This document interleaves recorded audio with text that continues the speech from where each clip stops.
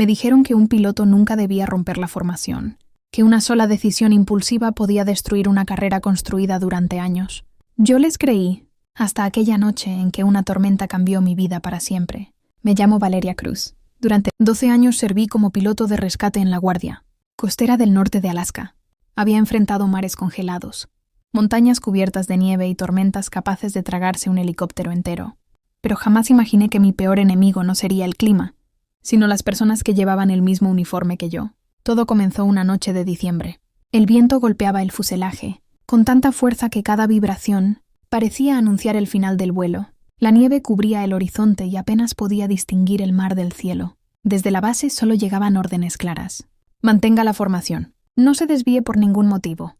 Al otro lado de la radio estaba el comandante Richard Kane, un hombre conocido por obedecer el reglamento, incluso cuando significaba dejar de lado la compasión. Respiré hondo y seguí la ruta asignada. Entonces ocurrió.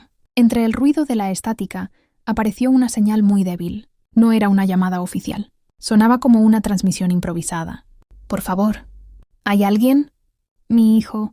La voz desapareció durante unos segundos y volvió todavía más débil. Miré el radar. Un pequeño punto parpadeaba cerca de una isla donde, según los mapas, no debía haber nadie viviendo. «Central, detecto una posible baliza de emergencia». La respuesta llegó enseguida. «Negativo. Continúe la misión. Ignore cualquier interferencia». Pero algo dentro de mí decía que aquella señal era real. Mis manos temblaban sobre los controles. Si obedecía las órdenes, probablemente nunca sabría qué había ocurrido. Si cambiaba de rumbo, podría perder mi carrera. Cerré los ojos durante un segundo. Después giré el helicóptero. La tormenta me envolvió por completo. La visibilidad desapareció. Solo veía una pared blanca frente al parabrisas mientras el viento sacudía la aeronave. Tras varios minutos encontré una pequeña cabaña casi enterrada bajo la nieve. Aterricé como pude. Corrí hasta la puerta.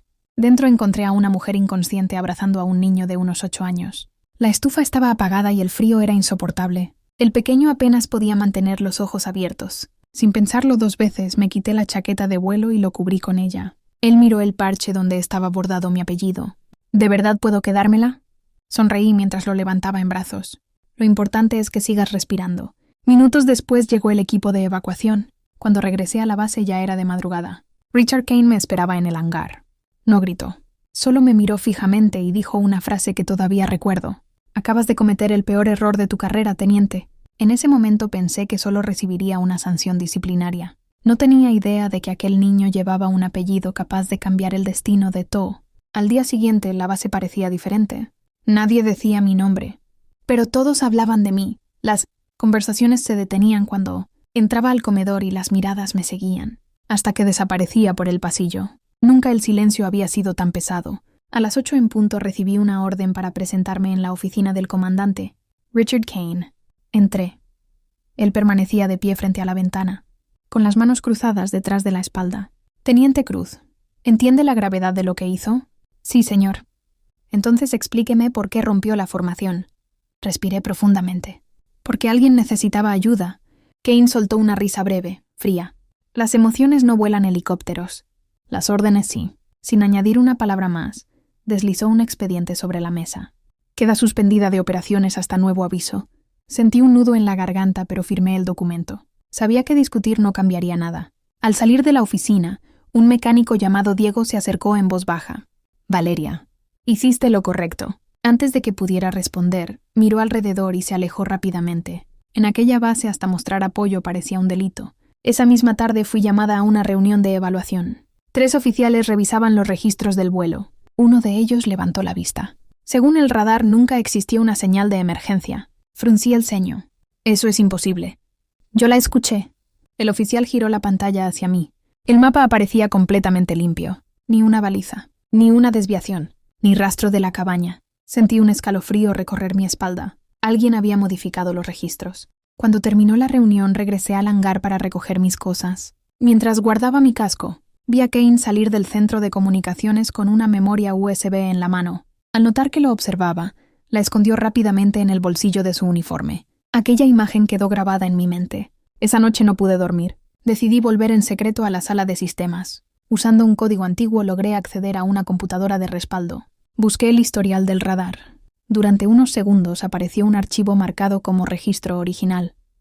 Mi corazón comenzó a latir con fuerza. Estaba a punto de abrirlo cuando todas las luces se apagaron. La pantalla quedó completamente negra. Un segundo después sonó la alarma de seguridad. Alguien había cortado la electricidad. Salí del edificio antes de que llegara la patrulla. Ya en mi habitación encontré un sobre debajo de la puerta. No tenía remitente. Dentro solo había una hoja con una frase escrita a mano. Si quieres conocer la verdad, deja de buscar en los archivos. Busca al niño que llevaba tu chaqueta. Leí aquella línea varias veces. ¿Quién la había enviado? ¿Y cómo sabía lo ocurrido en aquella cabaña? Miré por la ventana. La nieve volvía a caer sobre la base.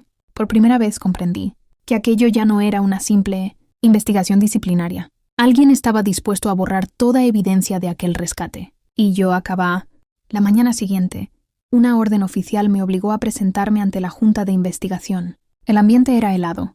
3 oficiales ocupaban la mesa principal y, unos metros más atrás, el comandante, Richard Kane, observaba la escena con una tranquilidad que me resultaba inquietante. El presidente de la Junta abrió el expediente. Teniente Valeria Cruz se le acusa de abandonar la formación, alterar el informe de vuelo y poner en riesgo una operación militar. ¿Tiene algo que declarar? Lo miré fijamente. Sí, salvé 2 vidas. Los oficiales intercambiaron miradas. No existe ninguna prueba de ese rescate. Guardé silencio unos segundos. Porque alguien las hizo desaparecer. Kane dio un paso al frente. Con todo respeto, señor, la teniente intenta justificar una grave falta disciplinaria con una historia imposible de verificar. Aquellas palabras provocaron murmullos en la sala. Al terminar la audiencia, me retiraron definitivamente la autorización para volar. Cuando salía del edificio, una voz me llamó. ¡Teniente Cruz! Era Samuel Ortega, un joven técnico de comunicaciones que apenas llevaba unos meses en la base. Miró alrededor para asegurarse de que nadie lo escuchaba. No tenemos mucho tiempo. Sacó un pequeño dispositivo de su bolsillo. La noche de la tormenta hice una copia automática del servidor. No sabía que iban a borrar los registros. Sentí que volvía a respirar. ¿La copia sigue existiendo? Samuel bajó la mirada. Solo una parte. Alguien eliminó casi todo antes de que pudiera proteger los archivos. Conectó la memoria a mi computadora portátil. En la pantalla apareció un fragmento del radar. No mostraba toda la ruta, pero sí una señal muy débil cerca de la isla donde había encontrado la cabaña. Era poco, pero era real. Antes de que pudiéramos copiar el archivo completo, todas las ventanas del sistema comenzaron a cerrarse una por una. Acceso remoto detectado. Archivo eliminado. Samuel palideció. Nos encontraron. Desconectó la memoria inmediatamente. Escuche con atención. No confíe en nadie, excepto en el almirante Esteban Rivas. Fruncí el ceño. ¿El almirante? Samuel asintió. Hay algo que usted todavía no sabe. No pudo decir más. 2 policías militares aparecieron al final del pasillo. Samuel guardó la memoria y se alejó como si nunca hubiera hablado conmigo. Aquella noche regresé sola a mi habitación. Mientras observaba mi uniforme colgado en la pared, sonó mi teléfono. Número desconocido. Contesté. Durante unos segundos solo escuché estática. Luego una voz infantil habló muy despacio. Señorita, todavía tengo su chaqueta. Mi corazón se detuvo. Era el niño. ¿Cómo conseguiste este número? Antes de que pudiera responder, la llamada se cortó. 1 minuto después llegó un mensaje. Mañana Washington. El almirante quiere verla antes de la audiencia final. Me quedé inmóvil mirando la pantalla. Si aquello era cierto, significaba que alguien muy poderoso conocía toda la verdad. Y también significaba, vuelo hacia Washington transcurrió en un silencio absoluto. Miraba por la ventanilla mientras las nubes cubrían el horizonte. No sabía si aquel viaje devolvería mi carrera o terminaría de destruirla. Al aterrizar, 2 oficiales me escoltaron directamente al edificio del Alto Consejo Naval. Era un lugar imponente, con largos pasillos, de mármol y paredes cubiertas de fotografías de antiguos comandantes. La audiencia comenzó a las 10 de la mañana. Frente a mí estaban 5 almirantes. A la derecha permanecía Richard Kane con su abogado. Su expresión reflejaba una confianza absoluta. El presidente del consejo habló con voz firme. Teniente Valeria Cruz, esta será su última oportunidad para responder a las acusaciones. Antes de que pudiera contestar, las puertas de la sala se abrieron lentamente. Todos giraron la cabeza. Entró el almirante Esteban Rivas, acompañado por una mujer y un niño. Reconocí al pequeño al instante. Era el niño que había rescatado durante la tormenta. Todavía llevaba mi antigua chaqueta cuidadosamente doblada entre sus brazos. El silencio se volvió total. Rivas caminó hasta el centro de la sala. Antes de continuar esta audiencia, el consejo debe conocer toda la verdad. La madre del niño respiró profundamente. Aquella noche mi hijo y yo quedamos atrapados por la tormenta. Nuestra radio de emergencia funcionó solo unos segundos. Pensé que nadie nos encontraría. Las lágrimas comenzaron a correr por su rostro. La única persona que apareció fue la teniente Valeria Cruz. El niño dio un paso al frente. Ella me dio su chaqueta porque yo tenía mucho frío. Sacó del bolsillo un pequeño parche con mi apellido. La guardé porque prometí devolvérsela. Los miembros del consejo permanecían inmóviles. Entonces Rivas colocó un dispositivo sobre la mesa. Este GPS permanecía dentro de la mochila del niño. Registró las coordenadas exactas del rescate y la hora precisa de la operación. Un técnico conectó el aparato al sistema. En la pantalla apareció mi helicóptero desviándose, hacia la cabaña exactamente cuando la transmisión de emergencia había sido emitida. Después apareció otro registro. Acceso al servidor militar. Usuario, comandante Richard Kane. Hora, 2 horas después del rescate. Archivo modificado. Archivo eliminado. Toda la sala quedó en silencio. El abogado de Kane intentó levantarse. Eso no demuestra. El técnico lo interrumpió. También encontramos la dirección del ordenador desde donde fueron alterados los registros. Coincide con la oficina del comandante Kane. Por primera vez vi miedo en su rostro. Intentó explicar que alguien había utilizado sus credenciales, pero un segundo informe acabó con cualquier duda. Las cámaras de seguridad mostraban claramente a Kane entrando, solo al centro de comunicaciones. Aquella misma noche, el presidente del consejo cerró lentamente el expediente. Comandante Richard Kane. Hizo una pausa que pareció eterna. Queda suspendido de inmediato por manipulación de... El silencio permaneció en la sala, durante varios segundos, después de que Richard Kane fuera, escoltado hacia la salida. Nadie hablaba.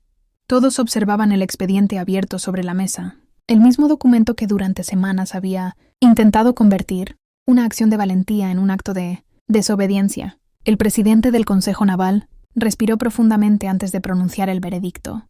Teniente Valeria Cruz, después de revisar todas las pruebas, este consejo determina que usted actuó para proteger vidas humanas. Las acusaciones quedan anuladas de manera inmediata. Sentí que el peso que llevaba sobre los hombros desaparecía por primera vez desde aquella tormenta. El almirante Esteban Rivas se levantó de su asiento y caminó hasta donde yo estaba. Teniente Cruz, la Marina necesita oficiales que sepan obedecer las órdenes. Pero también necesita personas que nunca olviden por qué existen esas órdenes. Me entregó mis alas de piloto, recién pulidas. Bienvenida de nuevo al servicio.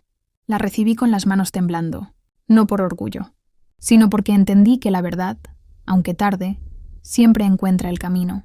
Semanas después regresé a Alaska. El invierno comenzaba a desaparecer y el hielo dejaba paso al azul del océano.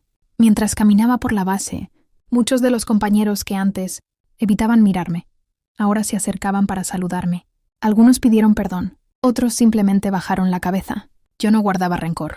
Había aprendido que el miedo puede hacer que personas buenas permanezcan en silencio. Una tarde recibí una invitación inesperada.